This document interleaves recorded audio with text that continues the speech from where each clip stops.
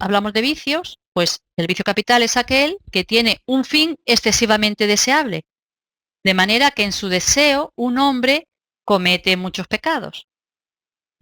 Bueno, pues esta clasificación fue dada por el Papa Gregorio Magno, que era el 64º Papa de la Iglesia Católica, allí por el año 540-640 después de Cristo.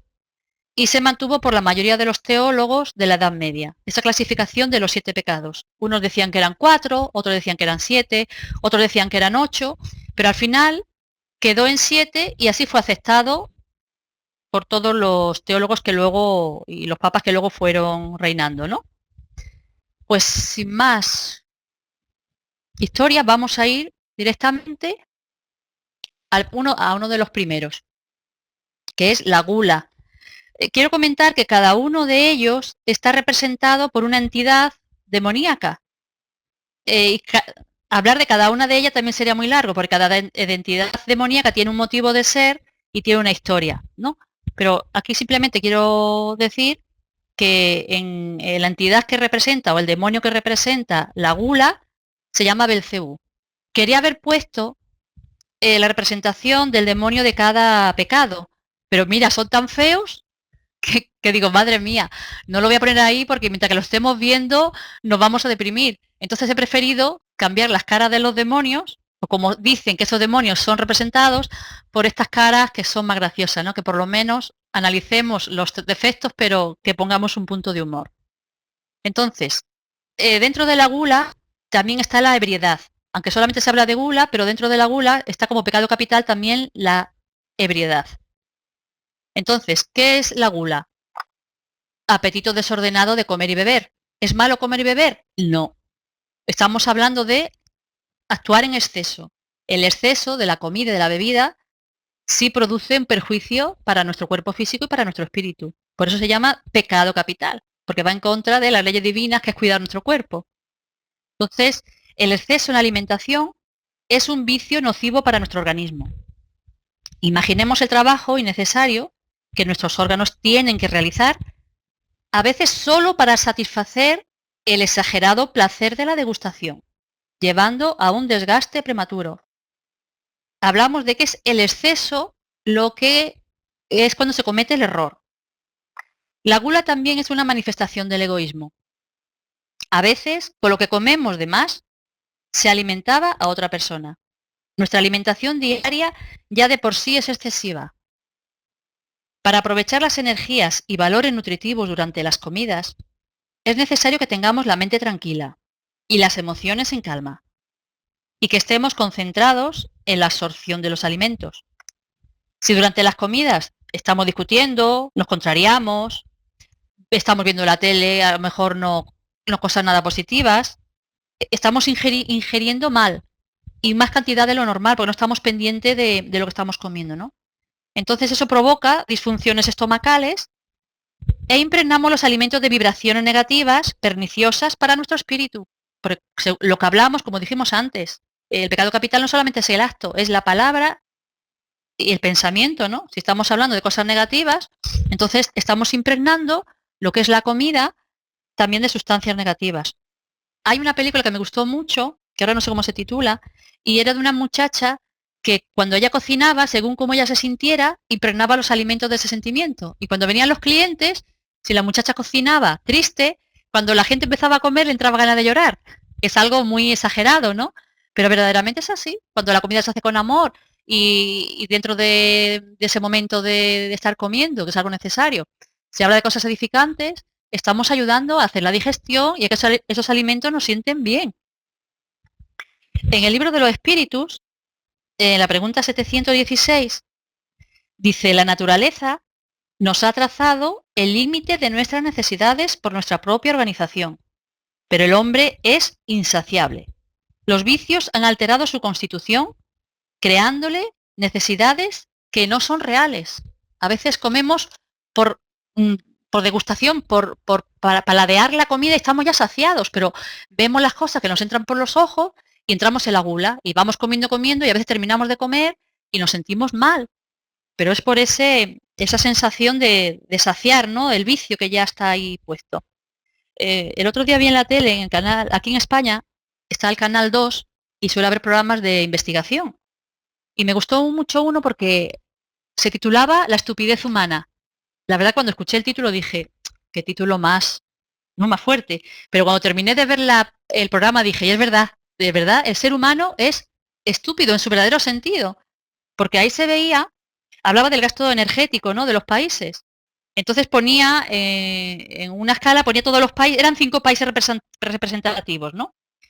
Y se decía que se veía el personaje que representaba a Estados Unidos estaba muy gordo, muy gordo, muy gordo. Y luego iba así menguando hasta el último, que era el de la India, el representante de la India, que estaba muy delgado, para comparar lo que gastaban unos y lo que gastaban otros. Entonces estaba comentando que estamos acabando con los recursos del planeta por nuestro egoísmo y por utilizar las cosas malamente, por haber entrado en ese sistema de consumismo. Y decía que una de las maneras para equilibrar el planeta, que vuelva a ser otra vez un planeta que nos aporte todo lo necesario, aquel que estaba más gordo tenía que adelgazar y con eso que adelgazaba engordar a los demás para que hubiera un equilibrio y todos tuvieran lo mismo, que no hubiera un exceso de gasto en unos que era innecesario y que el que gaste más lo repartiera con los demás, ¿no? Y se veían así a los 5 personajes representantes de cada país, los 5 iguales. Entonces, me gustó porque al final dije, es verdad, la estupidez humana lleva al desborde y estamos acabando con los recursos. Y muchas veces es por el querer tener cosas innecesarias. Y caemos constantemente en ello, ¿no? Y acontece pues con la gula.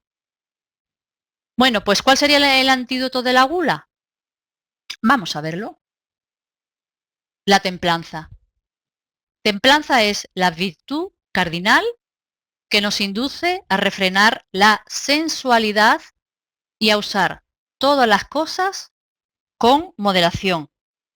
Bien, hablamos de sensualidad porque la sensualidad es el deleite de los sentidos y la persona sensual es la persona aficionada o es propensa a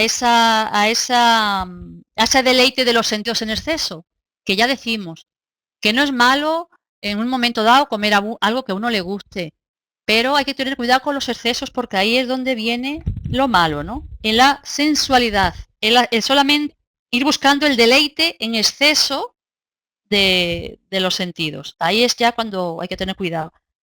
Y la sensualidad está en todo, hoy en día está en todo. Incluso lo vemos en la publicidad. Cuando te presentan un producto y quieren que lo compres por lo que sea, la verdad que ponen un sensualismo exagerado en el producto. Yo veo muchas veces los helados, cuando se hace publicidad de los helados, ponen una música así muy, muy sugerente, a veces ponen imágenes de mujeres así muy bien arregladitas y ponen como la crema va cayéndose poquito a poco y tú estás viendo eso y aunque no tengas ganas, te entra ganas de comértelo, ¿no? Entonces, lo que hacen los que quieren que consumamos es incentivar la sensualidad en nosotros, que es el apetito excesivo de las cosas que nos ofrecen, ¿no? Tenemos que tener mucho cuidado. Se habla de la templanza como una virtud cardinal, como una virtud principal. Y dentro de esas virtudes cardinales son la templanza, la prudencia, la justicia y la fortaleza. Fueron adquiridas como virtudes principales por Tomás de Aquino, por Aristóteles y también por los griegos. Tenían en esta virtud, la templanza, una de las virtudes más importantes. Como dice el dibujito, mejor compartamos. Bueno, pues vamos a seguir que quedan todavía más. Otro pecado capital. La avaricia. La avaricia. Apego específico al dinero y a los objetos materiales que poseemos. El demonio que se asocia o se representa a la avaricia se llama Mamón, que eso sale en la Biblia, lo hemos leído muchas veces, ¿no? El dios Mamón, el dios del dinero.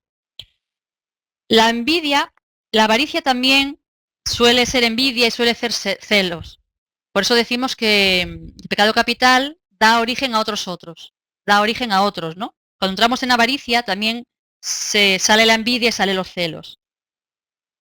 El hombre avaro es el que acumula y no hace bien a nadie. Es el egoísta que niega auxilio monetario al que pega a su puerta, despreciando la oportunidad de servir y hasta de escuchar aquel que le pide socorro. Su única preocupación es adquirir más dinero. Y en ese estado de perturbación ya entra la traición, entra el soborno y con tal de alimentar la avaricia entramos en todos estos procesos degenerativos que nos traen muy malas pasadas, ¿no? Que hoy en día pues parece que son pecados que no se cometen, pero estamos, creo que en los tiempos más difíciles porque están aflorando todos ellos, ¿no? La traición, el soborno en la política, en las clases sociales, en todo tipo de organizaciones, está abundando muchísimo, ¿no? ¿Cómo se manifiesta la avaricia? Pues en la importancia que damos a nuestras pertenencias. Y no solamente eso, sino al malestar que tantas veces nos desequilibra cuando perdemos eso que para nosotros es primordial. Porque sabemos que hay cosas que son objeto de nuestra veneración y para nada nos están beneficiando. Y cuando las perdemos, no desequilibramos por haber perdido pues aquel objeto de nuestra estima. Cuando no somos capaces de desprendernos, por ejemplo, de una bisutería, de con miedo a perderla o que se desgaste. Eso también, en pequeña escala, pues también quiere decir que somos avarientos, ¿no? La atmósfera vibratoria del avaro es oscura y densa. El avaro tiene gran dificultad para sentir la inspiración que viene de lo alto y para captar las sugerencias más nobles en relación a su proceder. El que verdaderamente posee es aquel que mejor da. Lo que se tiene se debe.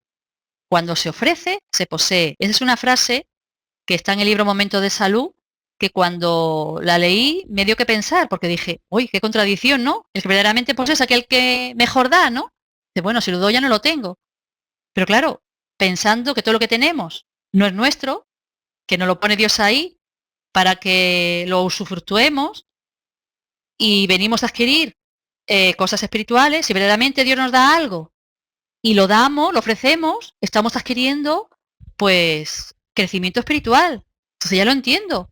Y lo que se tiene se debe, porque si tú tienes algo que puede beneficiarte a ti, beneficiar a los demás y lo retienes hacia ti, pues estás debiendo ofrecer ese bien que Dios te ha puesto en la mano.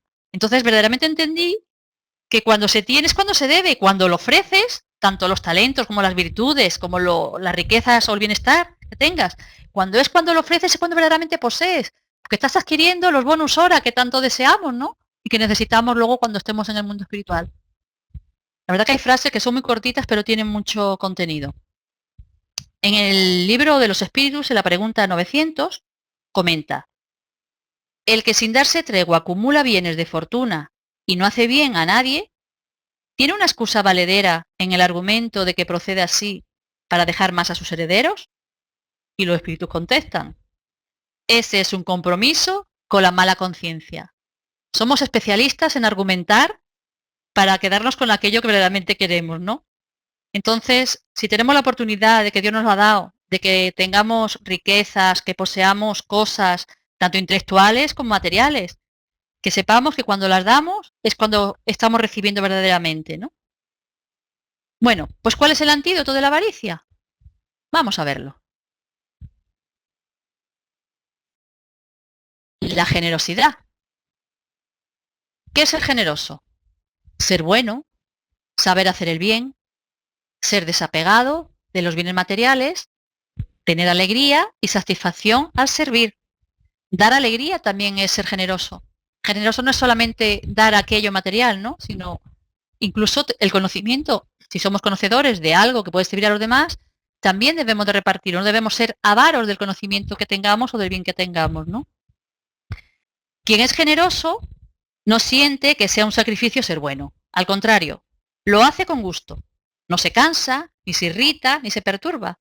A veces cuando somos generosos y tenemos que esforzarnos porque no es algo innato en nosotros, cuando no lo agradecen, como que nos enfadamos y echamos en cara, hay que ver lo que he hecho y no me lo ha pagado, ¿no? O no me lo ha agradecido. Eso es porque todavía no tenemos la generosidad adquirida. Tenemos que seguir trabajando en ella.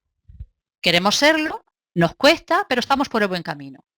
Pero el día que lo hagamos y nos sintamos felices y no nos cueste sacrificio, entonces ya tenemos esa virtud adquirida. Pero bueno, poquito a poco. Aconsejable, dedica algunas horas del día a trabajar por los más necesitados. siempre empezar por lo que está más cerca, ¿no? En el hogar, que podemos ayudar mucho. No refieras el bien que haces. No permitas homenajes ni retribuciones por el bien practicado, porque si las pides, el bien ya está pagado. Luego ya no puedes pedirlo en el mundo espiritual. Yo que hice el bien a este, a lo otro, pero te lo agradecieron todos y pediste ese agradecimiento, pues ya tienes la recompensa, ¿no? Procura el servicio al prójimo, muy importante, con tus propios medios. ¿Qué quiere decir eso? Con tu esfuerzo, con tu inteligencia y tus habilidades, porque a veces nos sobra, por ejemplo, dinero, y es fácil darlo cuando nos sobra, ¿no? Pero tiene más mérito cuando somos generosos con nuestros propios medios, con nuestras fuerzas. Si tenemos fuerza, pues podemos ayudar a alguien a limpiar su casa o a llevar los mandados si vemos que está sola, que no puede. La inteligencia, somos inteligentes, la utilicemos para hacer cosas buenas. Y nuestras habilidades, todos tenemos habilidades que podemos donar. Lo que nos cuesta un esfuerzo ante los ojos de Dios es más importante que aquello que no nos cuesta. Hay que empezar por lo que no nos cuesta, si no podemos, pero poquito a poco ir sacrificando, pues eso, nuestro tiempo, nuestro descanso y ser generosos en todo. Si queremos ir mejorando, ¿no? Bien, vamos al siguiente pecado capital, sería el tercero. Vamos a ver con quién nos encontramos. Con la lujuria. ¿Qué es la lujuria? Bueno, el demonio que representa la lujuria se llama Asmodeo. Ya os digo que tienen todos un aspecto feísimo, por eso no los he puesto ahí. He preferido poner algo más gracioso, ¿no? Lujuria, deseo o apetito sexual desordenado. ¿Qué quiere decir? Excesivamente, obsesivamente. También, en la actualidad, se cataloga como lujuria la adicción a las relaciones sexuales, el adulterio y la violación. Hay una corriente en la actualidad a dar libre expansión a los impulsos sexuales, conduciendo a la distorsión de los sentimientos de afecto y de respeto. El acto sexual exige antes que nada responsabilidad de parte de quien lo practica. Nadie abusa de su semejante sin atraer perjuicios para sí mismo. El mal que hagamos a los demás va a repercutir en nosotros. Por los abusos sexuales comprometemos nuestro cuerpo físico y nuestro equilibrio emocional, dispersando las energías vitales procreadoras y debilitando nuestra mente con imágenes eróticas y perniciosas. Me llamó la atención que en el libro Vida y Sexo de Emmanuel hay un capítulo que habla del erotismo. Y digo, oye, qué curioso. Y me llamó la atención porque decía que el erotismo es una tendencia natural que nos hace desear relaciones. Si no tuviéramos ese pequeñito aporte de erotismo en cada uno de nosotros, no desearíamos relacionarnos los unos con los otros, ¿no? Comenta que cada uno llevamos una carga de impulsos eróticos, pero que tenemos que aprender a conducir, porque como todo es una energía que, bien dirigida, nos sirve, pero cuando no la sabemos controlar, nos desequilibra, ¿no? Entonces, eso es lo que habla del erotismo y me pareció muy curioso. ¿Qué pasa? En exceso, cuando es erotismo, solamente esos impulsos no los sabemos dirigir, pues en exceso, cuando tenemos tendencia a experimentar excitación sexual exageradamente, pues ya caemos en un desorden. Ya entra la pasión desorbitada, que no tiene nada que ver con el amor, que confundimos a veces amor con pasión, con el erotismo, con todo, ¿no?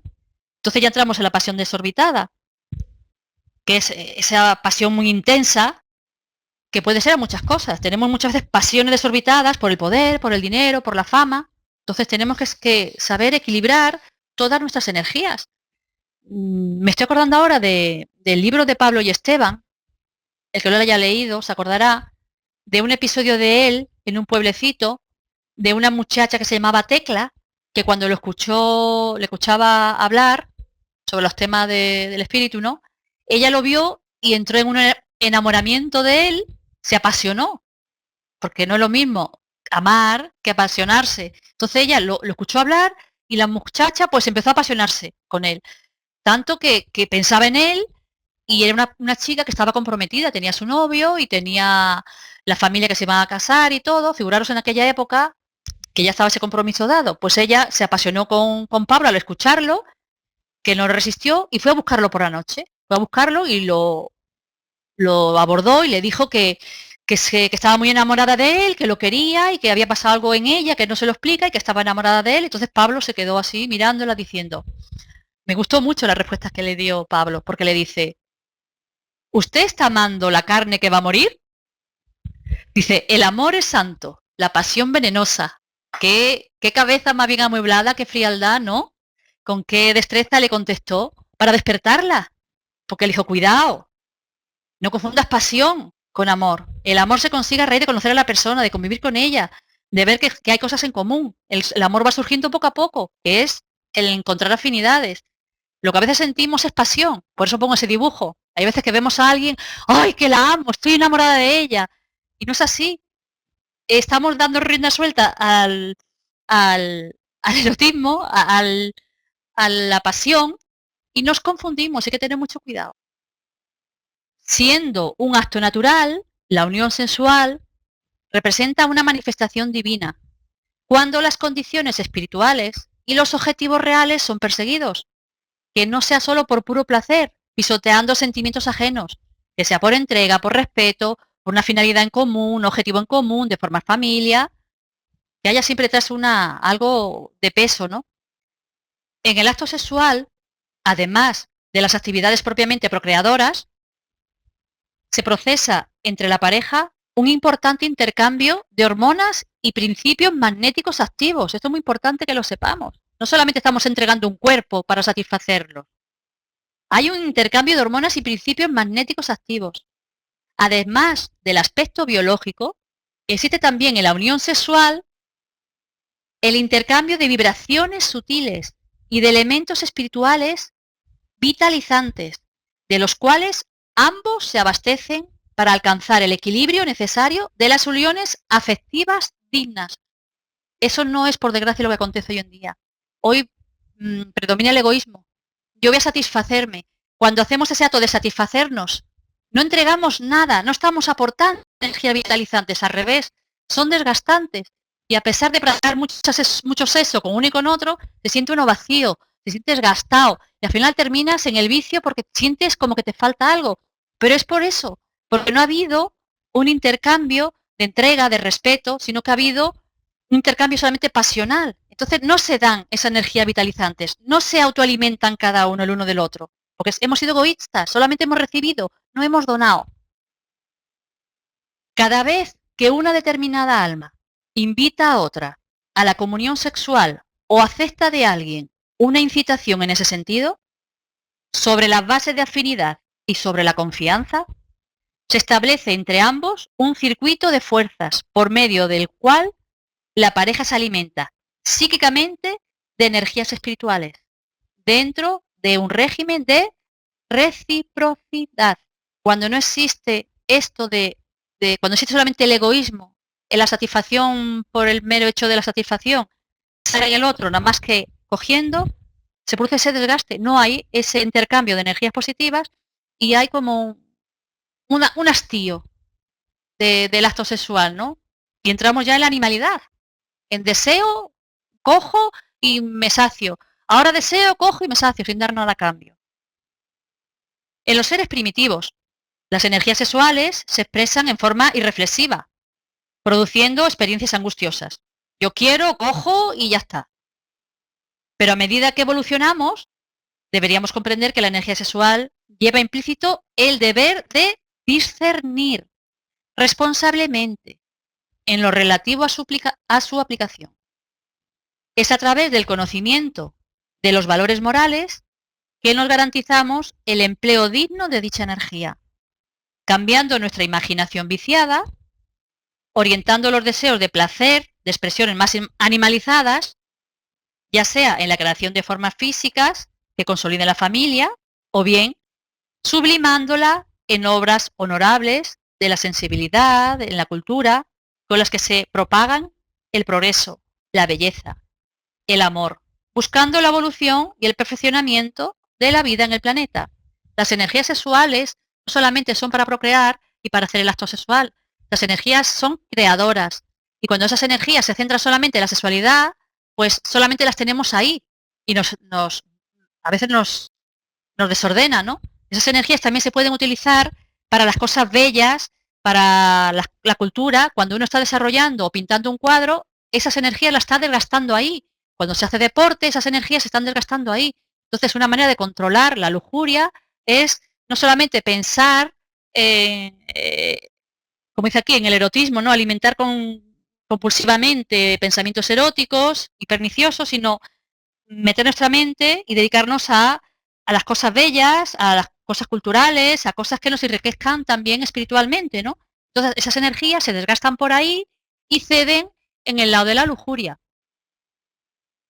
El sexo fue colocado debajo del cerebro para que sea conducido por este. Puesto en la cabeza por la revolución de los frustrados, se transforma en la pieza principal del cuerpo, en detrimento de la propia vida. Esto no lo digo yo, esto lo dice Joana de Angelis en episodios diarios. ¿Qué dirán las conciencias de quienes propagan el amor libre? ¿Hasta dónde están dispuestos a asumir, en nombre de ese amor, las consecuencias de sus actos libres? Es falta de conocimiento. Si verdaderamente supiéramos para qué se nos dan esas energías sexuales y cómo debemos utilizarlas para enriquecernos, pues no haríamos muchas cosas ni iríamos pregonando muchas cosas que hoy en día están en boga, ¿no? Y a veces, pues, nos sumamos a ellas. Yo aconsejaría que se leyera el libro Sexo y Destino de Filomeno de Miranda, porque es un libro maravilloso, maravilloso. Nos hace entender muchas cosas referente a la lujuria, al apetito sexuales y por qué hoy en día hay ese desorden en esta parte, ¿no? En la sexualidad. Y cómo hay tanta promiscuidad y tanta exageración en las relaciones y se pone como algo, se está endiosando, ¿no? Como disfrute único en el mundo. Simplemente con la introducción que hay en el libro, simplemente con la introducción hay para hacer una conferencia. A mí me pareció maravilloso. Bueno, pues vamos al antídoto de la lujuria. Vamos a ver el antídoto. Castidad. ¿Qué palabra, verdad? Es una palabra malentendida. La palabra castidad, cuando la escuchamos, ¿qué nos viene a la cabeza? Nos viene cosas relacionadas con las monjas, con los curas, ¿no? Como con algo de que no va con nosotros, ¿verdad? Pues os vais a maravillar de lo que es la palabra castidad. Y precisamente creo que cuando la veamos en sus diferentes acepciones, veremos cómo somos capaces de practicarla.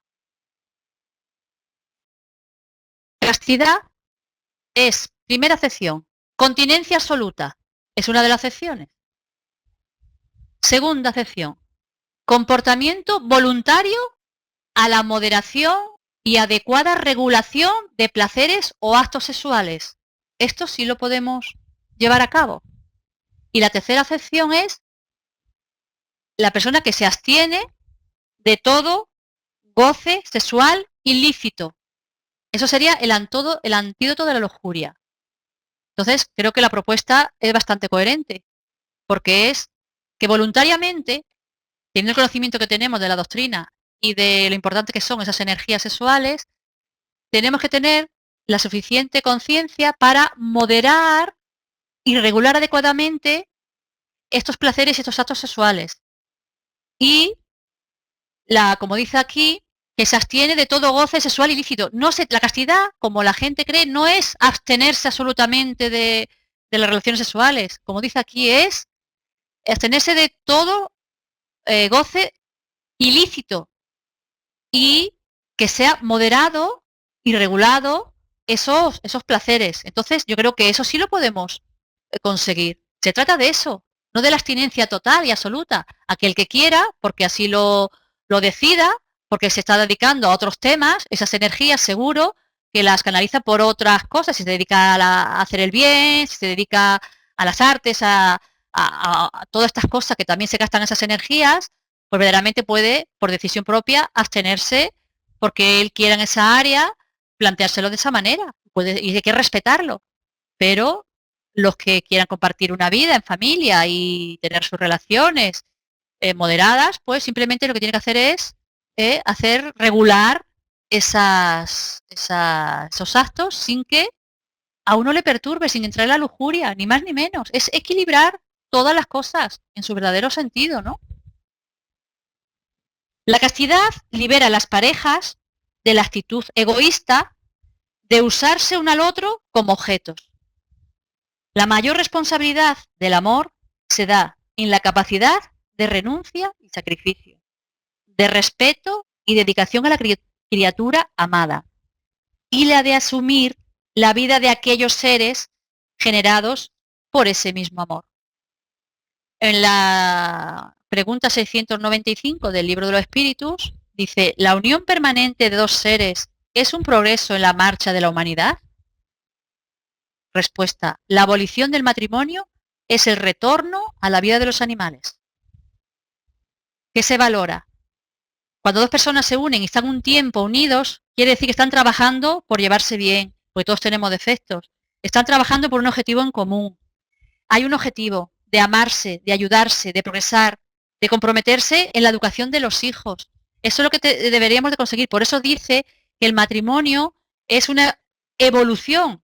La abolición del matrimonio, ¿qué significa? Pues que no me comprometo, que vivo en mi vida, que estoy con quien me apetece, sin compromiso ni nada. Por eso dice que la unión permanente de dos seres es una evolución para el ser humano. Porque quiere decir que cuando dos personas están juntas durante un tiempo para compromisos, están intentando llevarse bien, si hay algún problema entre los dos llevarlo, cuando hay rupturas muchas, quiere decir que no nos aguantamos, que no estamos trabajando, ¿no?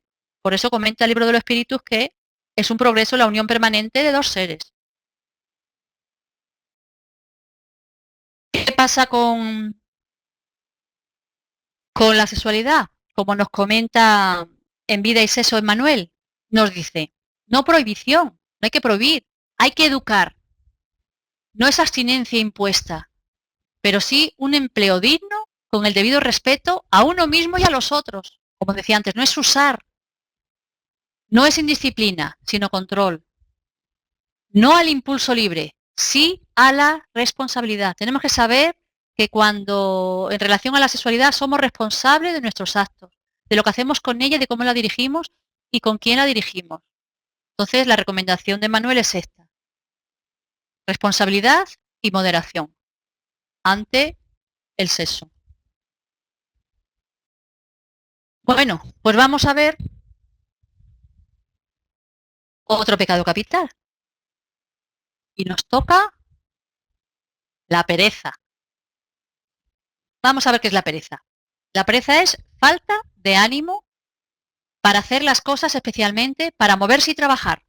Como dice ahí, el alma del perezoso desea y nada alcanza. Si Dios nos hubiera liberado del trabajo físico, los miembros se nos habrían atrofiado. Si lo hubiese eximido de las tareas de la inteligencia, habríamos permanecido la infancia en el estado de los instintos animales. Por eso, ha hecho que el trabajo fuese una necesidad y le dijo, busca y hallarás, trabaja y producirás. Serás hijo de tus propias obras. Serás recompensado conforme a lo que has hecho. El negligente, el perezoso, descuida sus obligaciones.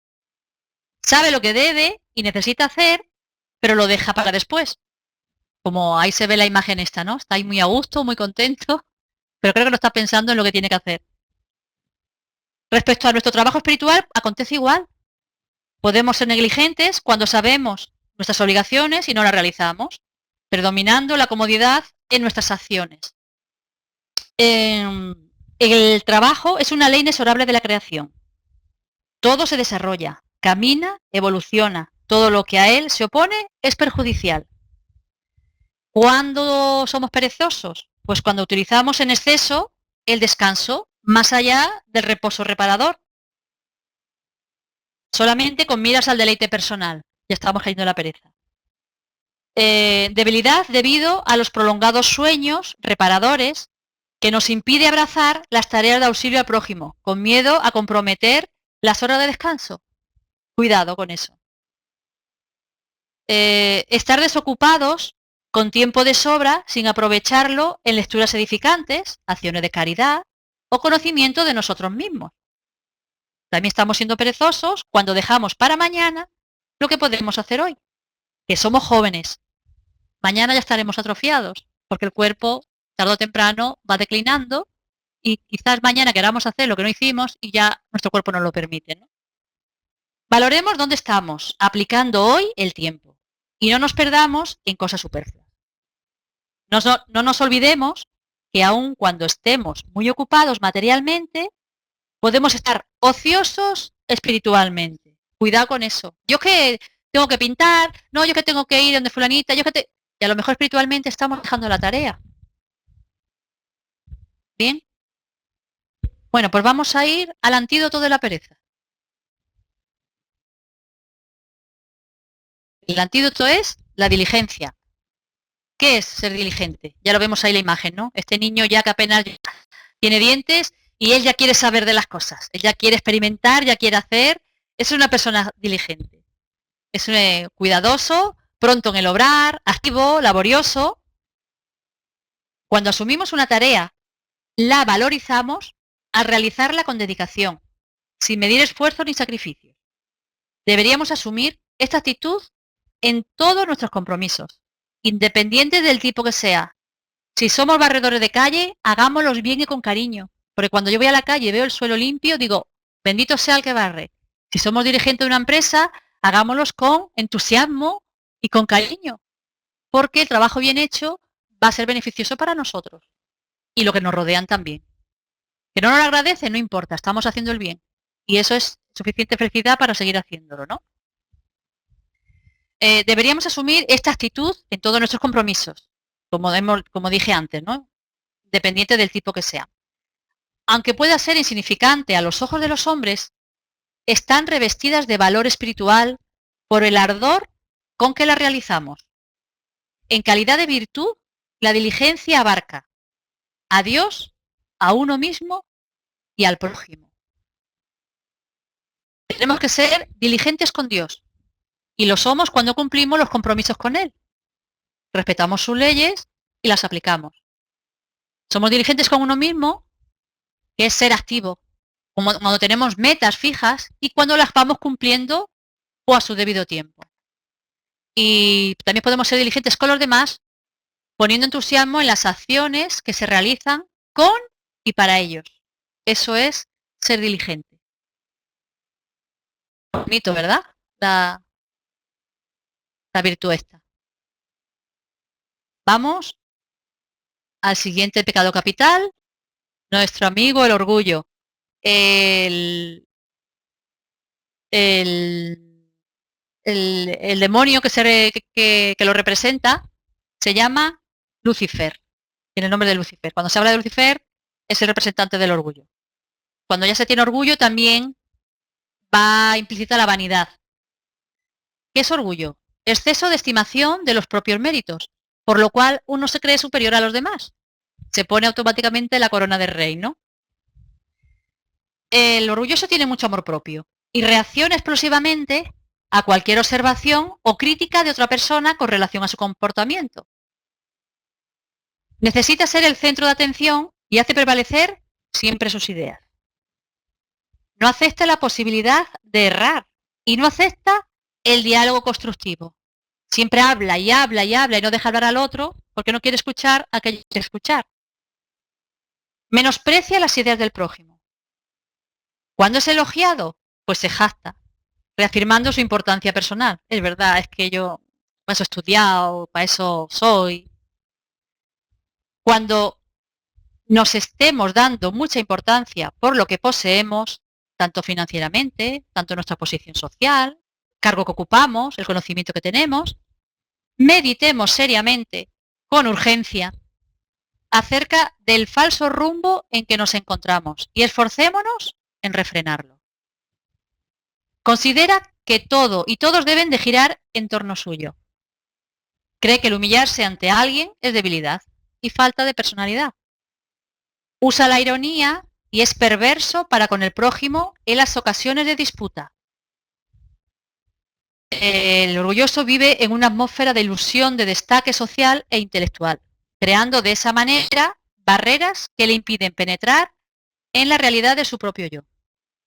En la mayoría de los casos, el orgullo es un mecanismo de defensa para encubrir algún aspecto desagradable de orden familiar, para ocultar las limitaciones de su formación o su posición frente a la sociedad debido a la imagen que escogió de sí mismo, del papel que desea desempeñar en la vida.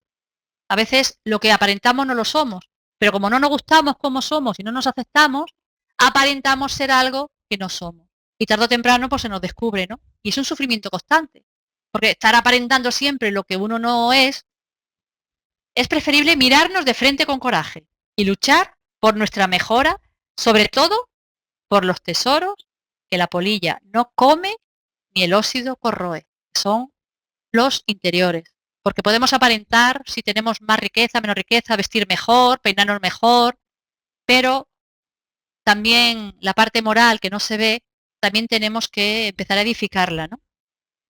Que son los valores reales que nos vamos a llevar al mundo espiritual, porque posiblemente esa corona que nos ponemos quede aquí. Posiblemente no, es que va a quedar aquí. Y se la van a disputar los que queden, ¿no? ¿Cuál es el antídoto? Vamos a verlo. La humildad. ¿Qué es la humildad? Virtud por la cual sabemos de nuestra inferioridad y nuestro proceder ante ese conocimiento. Se dice que para conseguir las demás virtudes tenemos que tener la humildad adquirida. Si no, difícilmente podemos adquirir el resto. Porque para adquirir algo tenemos que darnos cuenta de que la necesitamos y que carecemos de ella, de ese algo, ¿no? Por eso dice aquí, debemos de saber de nuestra inferioridad, en qué estado estamos. Y por eso he puesto la gotita de agua, ¿no? Porque una gotita de agua parece muy chiquitina, pero es muy importante. Y somos así. No tenemos que despreciarnos y cuando veamos que carecemos de algo, no nos enfademos, ni queramos taparlo, sino identifiquémoslo y decidamos a mejorar aquello que tenemos inferior o adquirir ese conocimiento que nos falta. Porque gota a gota se llena el océano. Entonces, todos somos muy importantes, pero tenemos que hacer esa labor de reconocernos y a partir de reconocernos que tenemos carencias, empezar a trabajar.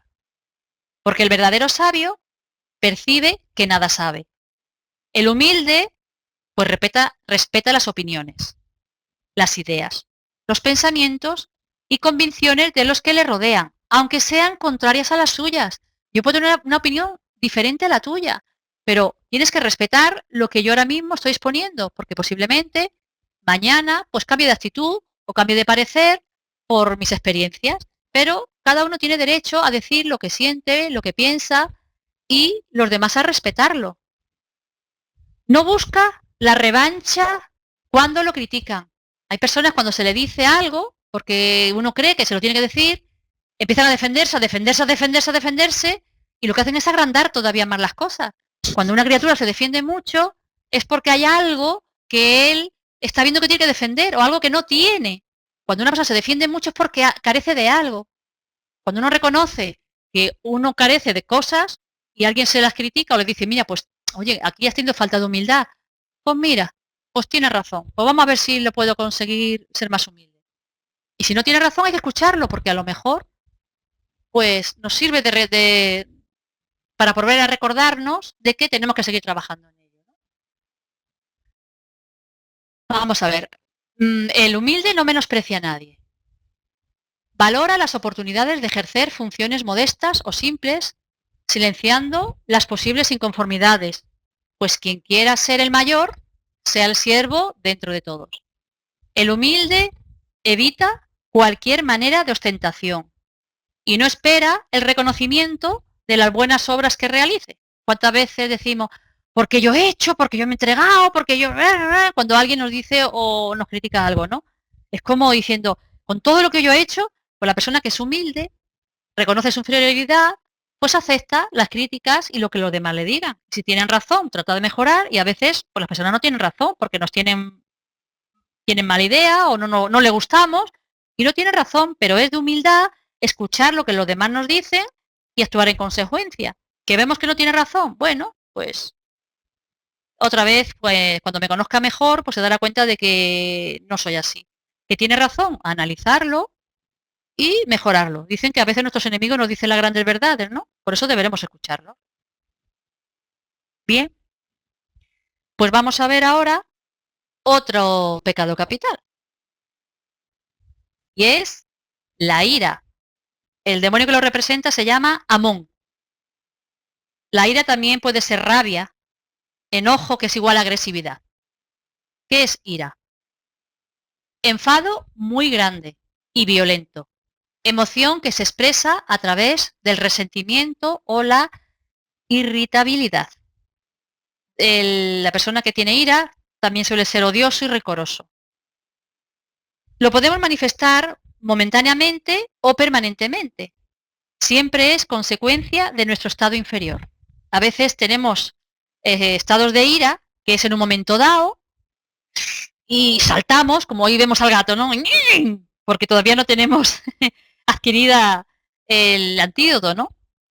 Pero cuando trabajamos en ello, aquello que es permanente, que ya sería enfermizo, cuando trabajamos en ello puede volverse momentáneo, que sea solamente explosiones en ciertos momentos. Y así, poquito a poco, intentando de conocernos y controlarlo, acabaremos por no actuar de esa manera, porque al final somos nosotros los perjudicados, ¿no? La ira puede estar en